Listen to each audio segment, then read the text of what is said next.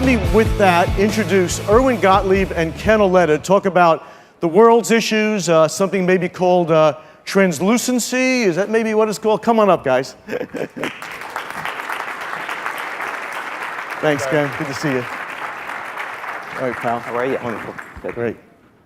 I give it over to Ken. You know, if you were in Hollywood and you said the name Warren, everyone would know you're talking about Warren Beatty, Barbara Streisand. In New York, in the advertising community, if you say Irwin, it's Irwin Gotlieb. Because nobody else has the name. This guy sits on $100 billion plus of ad dollars. And let me start by asking you, the world is changing, digital screens with hurricane-like speed, technology. What do you see as the future of this organization, Video Everywhere? Not to blow smoke up anybody's whatchamacallit. I know you never do that. Look, this is a legacy medium that always manifested a significant deficit when it came to reliable and useful data. And as we move to a world where data is moving inexorably to census level, where we are able to track things reliably, where we are able to connect the dots across multiple media types, look at attribution in a sensible way as opposed to, simply last click.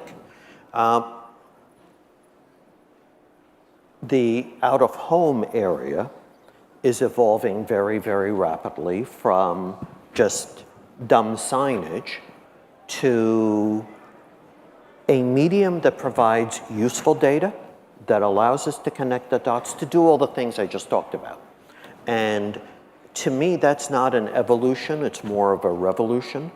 And I think given the base that it's coming from, as recently as a few years ago, it bodes quite well.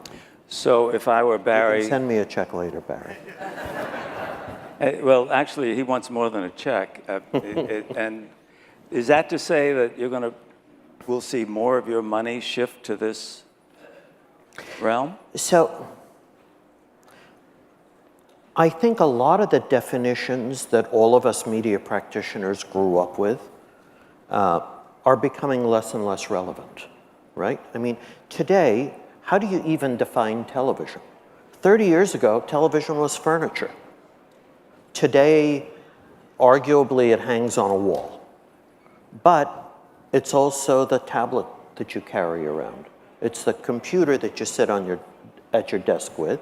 It's the mobile phone that sits in your pocket. It's the screens in the gym.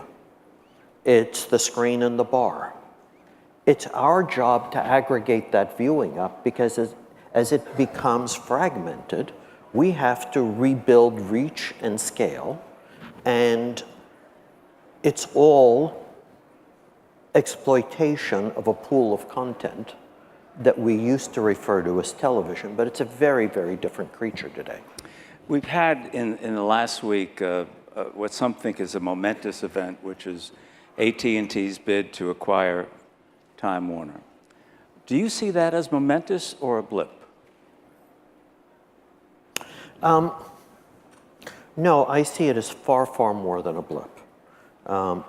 And quite frankly, quite predictable. I won't name names, but there was a head of a major broadcast network who used to regularly pop into my office without an agenda. We just sat and chatted. And I'm going to guess that on this specific occasion, this would have been 2003 or 2004, and Vodafone was making moves on Verizon, and the infrastructure part, the distribution part of our business was being reshaped with mobile. Cable penetration was reaching new highs, satellite distribution was kicking in. And somehow the conversation got to, when is your network going to acquire infrastructure? Because he had touched on the fact that distribution had become a choke point. There were limitations to the number of cable channels they could manage because distribution was a choke point. So I said, when are you going to buy cable? When are you going to buy satellite? And his response surprised me a little bit. It shouldn't have had I been educated, but his response was, we operate a business that maximizes return on working capital. Infrastructure is very, very working capital dependent, and the returns aren't that good. And so, no, we're not going to acquire infrastructure. And I said, well, look, that's fine for you to say, but if you don't acquire infrastructure, it's likely that infrastructure is going to acquire you. And he smiled at me and he said, why is that such a terrible thing? Okay? I think it sort of touches on the point of, are you building a business for the next generation? Are you building a business for the next century? Or are you building a business so you can flip it and maximize short-term shareholder value? So if I follow the implications of what you're saying, you anticipate there'll be more concentration? Absolutely. I think given the view that content has, that distribution can serve as a choke point to them, I would say that vertical integration is inexorable. But for years, we've heard people in the content business tell us that content was king. You're saying that's Content is king. Not But without the distribution. content model appears to be more about maximizing return on working capital than it is about laying pipes and waiting 20 years, right? And in this case, the guys with the greater level of patience are going to wind up acquiring the content. Content is king. I mean, what AT&T is attempting to do here demonstrates that. They have pipes and they need something to fill it with, right? There used to be an expression in the old television business, it's the programming stupid, right? The more things change, the more they stay the same. So do you worry about, I mean, in your world, people always use the phrase leverage, and Irwin Gotlieb and WPP has some leverage. Do you worry that AT&T combined with Time Warner and DirecTV has too much leverage over advertisers? I have mixed feelings about it. On the one hand, I'm very, very concerned about the already existing duopoly that Facebook and Google represent, right? I'm concerned about the future of Amazon as another walled garden. I'm concerned about Apple. Everybody knows there were rumors about Apple trying to acquire Time Warner before AT&T did, right? So I'm really concerned about the existing duopoly to start with. And on the one hand, a stronger television entity that doesn't begin with a G or an F may fragment that duopoly a little bit. On the other hand, I'm fearful that that both from a consumer standpoint and from the standpoint of preference for distribution, that it could be worrying. So if President Trump comes to you, sorry, I couldn't resist, and he says, Irwin, what should I do? I've taken a position already, being very skeptical of this merger. Should I approve it? Well, first off, he won't come to me. What's known as a duck. No. I mean, if she were to come to me,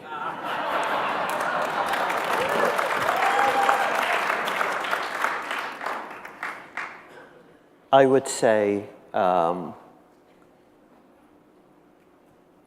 force a bit of divestiture in both portfolios and let it happen.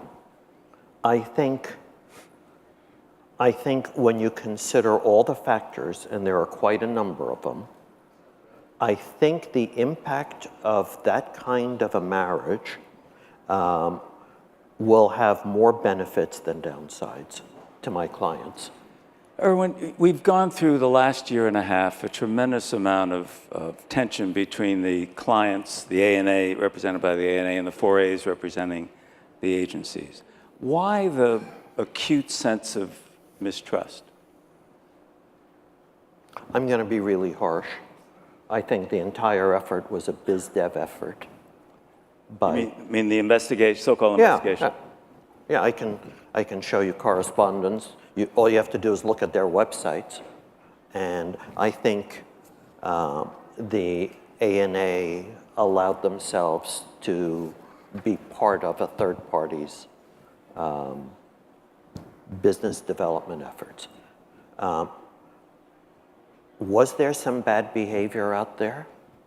I would speculate, in any industry, there's going to be some bad behavior. Some of us are SOX compliant, some of us aren't.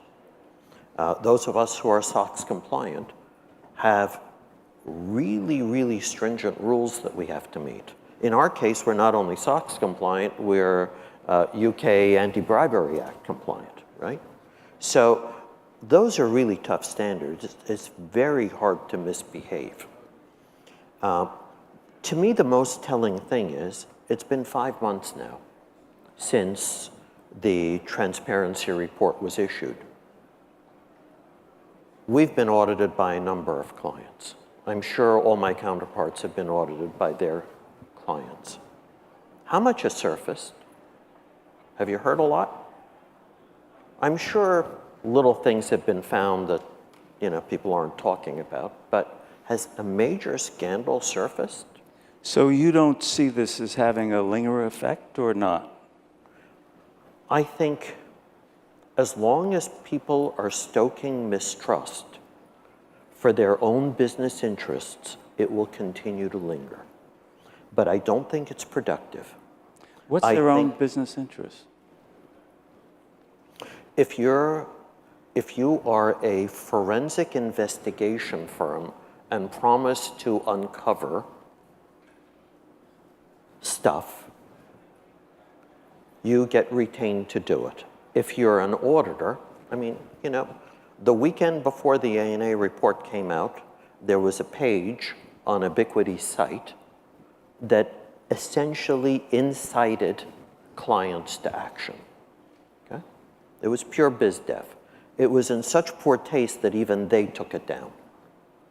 Let me switch and talk a little bit By the way, none of my comments should suggest that any agency shouldn't take very, very seriously their compliance requirements, their responsibility to comply with contractual terms, and so on. But I have to say that the terms that we comply with typically are not as straightforward as many would think. When a client comes to us and asks us for extended payment terms or for unconstrained indemnification on liability for IP, those are things that banks do. Those are things that insurance companies do. Those are not things that an agent acting in the best interests of a client does, right? And all of a sudden, the fundamental nature of the relationship has shifted. If a client asks me to ensure delivery of a CPM, I'm going to ensure delivery of that CPM. It may or may not be in the interests of the client. Because? Because I may think they should be putting more money on prime time. If I was media neutral, using my expertise as a media guy, but essentially, and yet prime time is too expensive, and so you save the money. The heart of that report that you've criticized was that agencies increasingly don't act as our agent, meaning the client's agent. That's bull? I think it's a reality. By the way, this is not anything new. I went to the ANA procurement conference in April, May of 2015. I think it was the end of April 2015. I was quite outspoken to an audience of client procurement people, right? And what I said to them, and I'll repeat it now, is on the procurement side, they are responsible for acquiring everything from energy to sugar to cocoa to coffee, on and on and on, right? Try to find somebody who will guarantee you pricing over a 3-year period, who will extend payment terms, who will indemnify you fully on every component of the transaction, and then will act as agent on your behalf in a fully disclosed manner. Those things are just totally inconsistent. And as clients have pushed for certain components in the deals that they ask for, the fundamental nature of our relationship with clients has also shifted. With what consequence?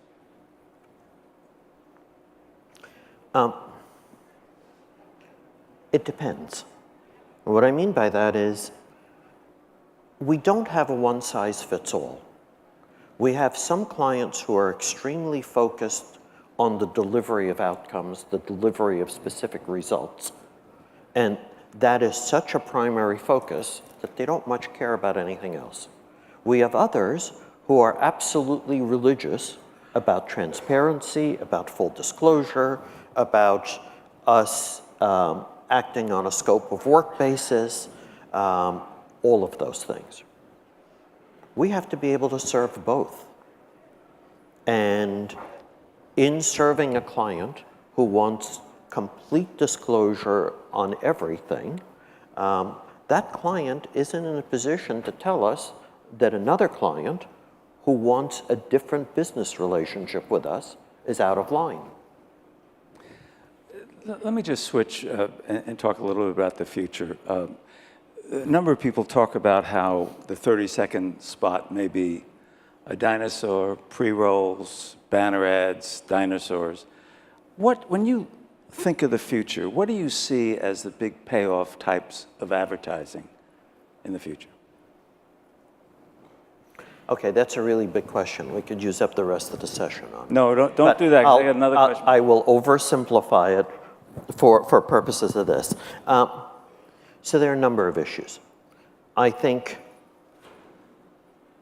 granularity of data is going to help us to do really, really sophisticated segmentation, both in terms of defining target audience and in terms of defining the message that goes to that target audience. I've been saying for years, what's the point of media being able to slice and dice audiences into tiny segments if everybody sees the same message, right? So if you have specific interests and we target you for those, the messaging is inherently more relevant to you and you're likely to pay more attention to it.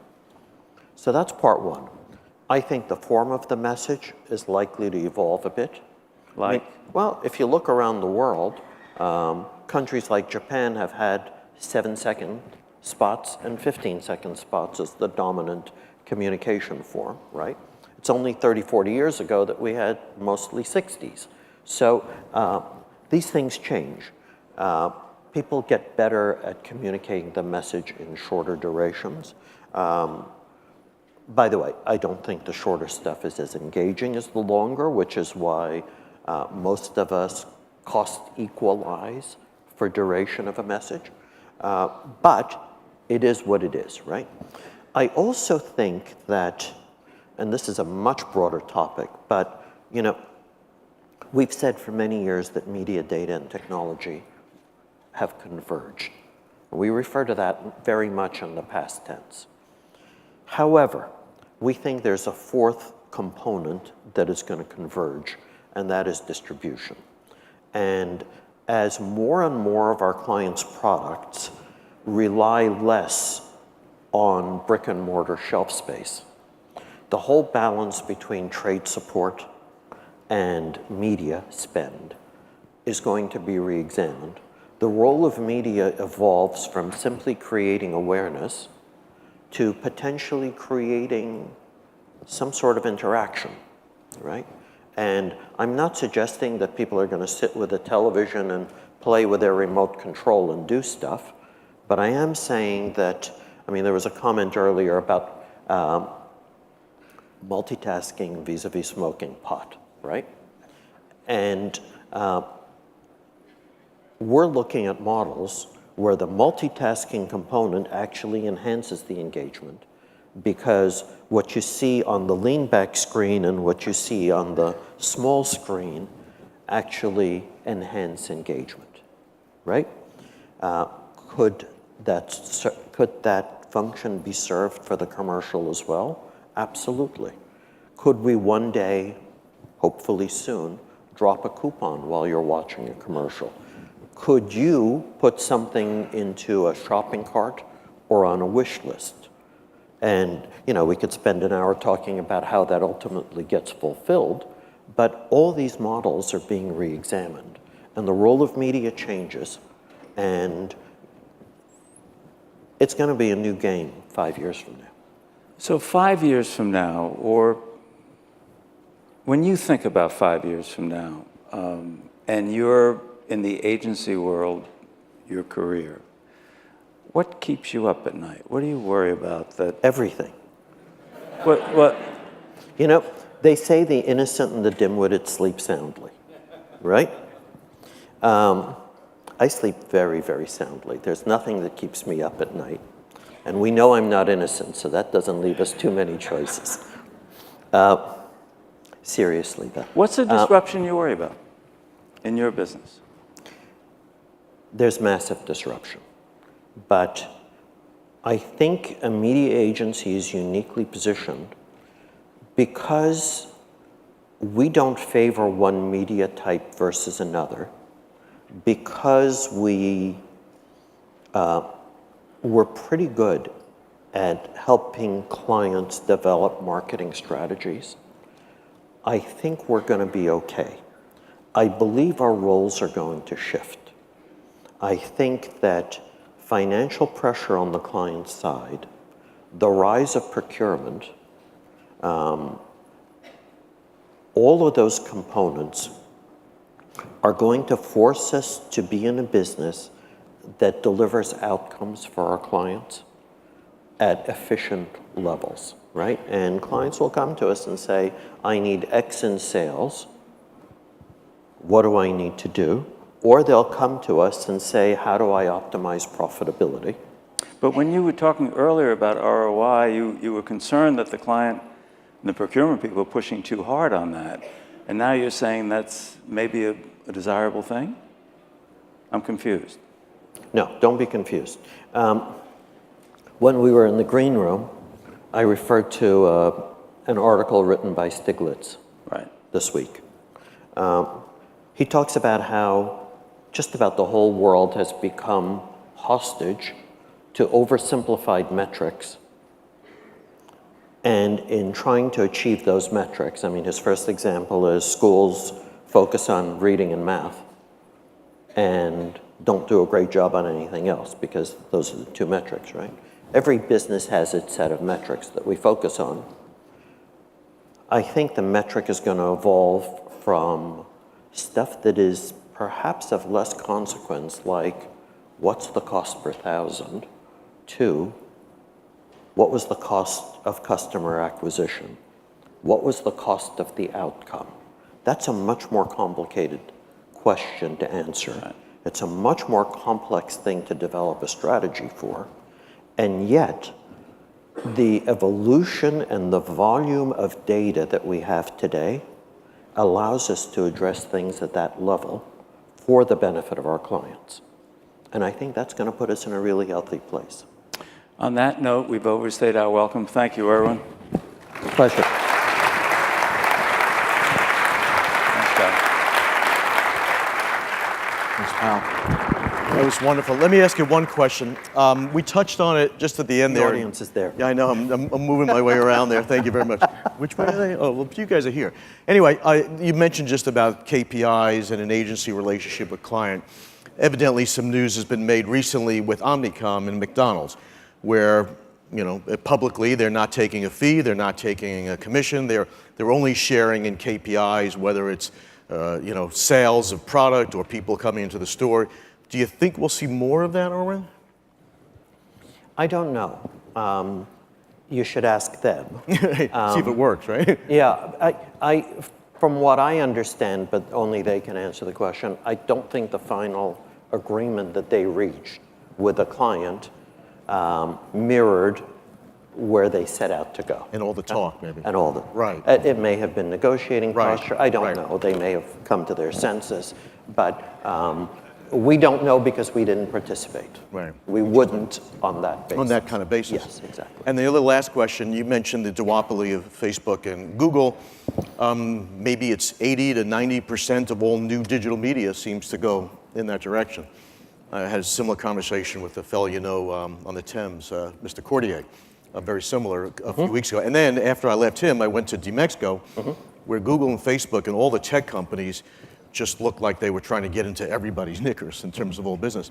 Do you see that changing? Do you see that being any kind of threat to the agency world in any way? And I know you folks, WPP, are into lots of businesses. We are, and you know, I think as we look around at the media partners that we have, they look at each other and say, that's the competition, right? And I think many of them miss the boat. The competition for media budgets is coming from trade support, not from the media owner across the street. Right. And the space race for data and technology has already been won by two players. Right, right. And I don't know that individually any other media owner is in a position to catch up. Forever, for quite a while. Under the current construct, Got it, right? right. I mean, look, the next disruptor is going to come along. If we were having this conversation 20 years ago, we'd be talking about AOL as the disruptor, right? Look what happened. Right. And so everything changes. But I think in the current construct, Google and Facebook have a very, very dominant position. That's why we call them a duopoly. Right. And I think that as an industry, people who have viewed themselves as fierce competitors are going to have to find ways to collaborate with each other. Right. Because while they've been worried and looking over their shoulder against the, concerned about the guy across the street who does the same thing they do, trade support has stolen share, and Google and Facebook have built the biggest media businesses in the world. And I think it's time for a slightly different attitude. So does that argue that agencies will cooperate or consolidate further? I wasn't talking about the agency side. Right. Media owners. I was talking about the media media owner side. And like, But does it argue for that? well, it's like Sir Martin says, frenemies and co-opetition. Yes. Right. Exactly. Right. I mean, we have clients who are frenemies. We have frenemies who are clients. Exactly. And we have companies that provide services to us who are beginning to compete directly with us. So the old definitions of who your friends were and who weren't, it's all evolving. That's great. Thank you both so much. A pleasure. Pleasure. Thank you. Thanks.